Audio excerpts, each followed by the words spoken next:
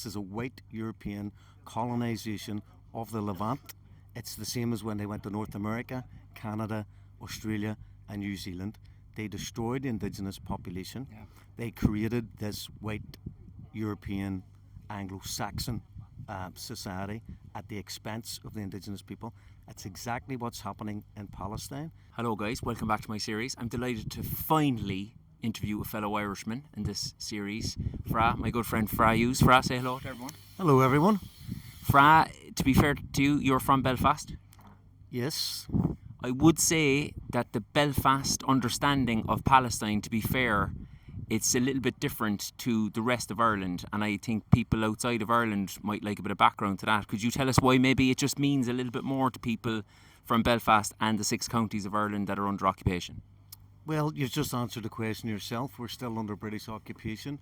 We still feel that we are occupied. We have like MI5. We have all the political and military and secret apparatus that's preventing the reunification of our country, having been partitioned against the will of the majority of the people in Ireland in 1920, 1921. And in the north, we had a colonial occupation. We had the settlers who came from Scotland and England after we had land clearances in the north of Ireland. We all know our own history.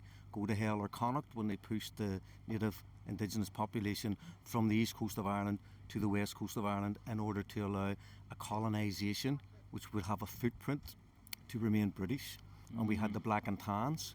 We had these mercenaries brought into Ireland to brutalise and terrorise the Irish people.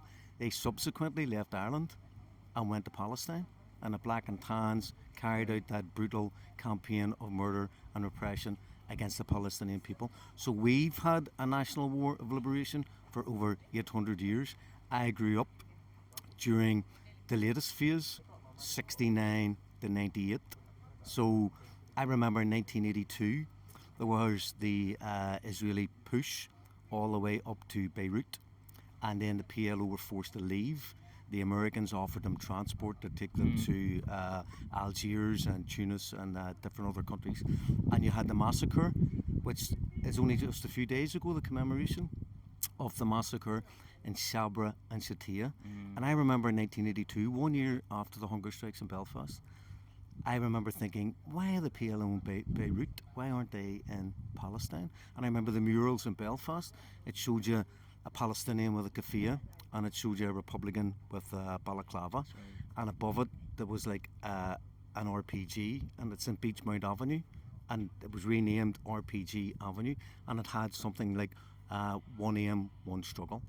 So our history of colonial military financial political occupation by the British is mirrored by their occupation initially of Palestine and the Balfour Agreement in 1917. Your passion for Palestine is such that you actually set up your own Palestinian charity on the ground in Gaza. Tell us about that. Well, after the Mavi Mamara, right, so cut a long story short, I used to have a guest house and I started using the internet for bookings. I had a lot of free time, went on to Facebook, started learning. I'd always had this in the back of my mind from 1982, the parallels between Palestine and Ireland. And then I went after the murderous assault on the Mavi Mamara. Strange to be talking about that, sitting on a boat. Indeed. As part of the flotilla, potentially facing a similar challenge going forward.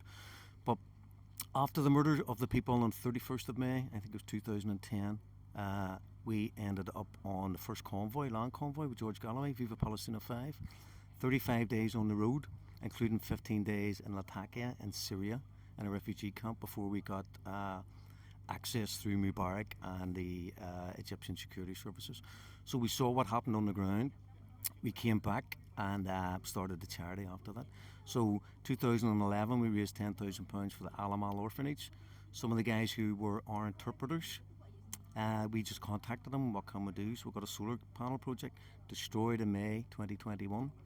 We paid for 3 scholarships, about £3,500 at the Islamic University in Gaza, one in midwifery, one in law, and one in child psychology.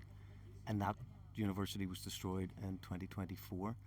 Then we had a bit of a hiatus. It's difficult to keep trying to raise money. But in 2021 we still had about £2,000 in the bank when the latest assault happened in Gaza. And I said, like our secretary treasurer, like people didn't give us that money to sit in the bank, but we didn't have enough money for another scholarship. So then what we started doing is we have our patron, Dr. Saib Shath. We're very proud that he's involved with Palestine Aid. He was a previous Palestinian representative, ambassador, mission head in Dublin. So we have a group of volunteers on the ground. So we started sending over money for like food parcels. We had kids at the beach. We had sports days. We were buying like winter coats. You get a winter coat in Gaza for like $6. We'd send over. We'd send over like started off at $1,000 a time. So we were buying winter coats, winter shoes, food, sports days, money for kids to buy toys and stuff, just to try and give children a semblance of a relatively normal childhood under the circumstances, under the siege. But then between March 2024 and May 2025, we were able, through the donated monies, raise monies. We're all volunteers, all unpaid. £115,000. Solidarity without action is rhetoric. Yeah. And solidarity with action is a form. It's a form of love, empathy, compassion. That's a beautiful, beautiful way to put it. And the last question I'll ask you is, what would it mean to you? I mean, you've actually spent, when you giving us a snapshot there of your life, and Gaza and Palestine has been integral to your life's work. Actually, what would it mean to reach Gaza on this flotilla and deliver the humanitarian aid and play a part in opening up a humanitarian corridor? That's the focus of the flotilla. That's why every single person, participant and crew are trying to get to Gaza. Now, that would be a dream come true, because the people in Palestine are constantly saying, where is humanity? Where is the world? Why are we abandoned? So I just like to say, we hear you, we see you, we are coming. Fra Hughes, beautiful words.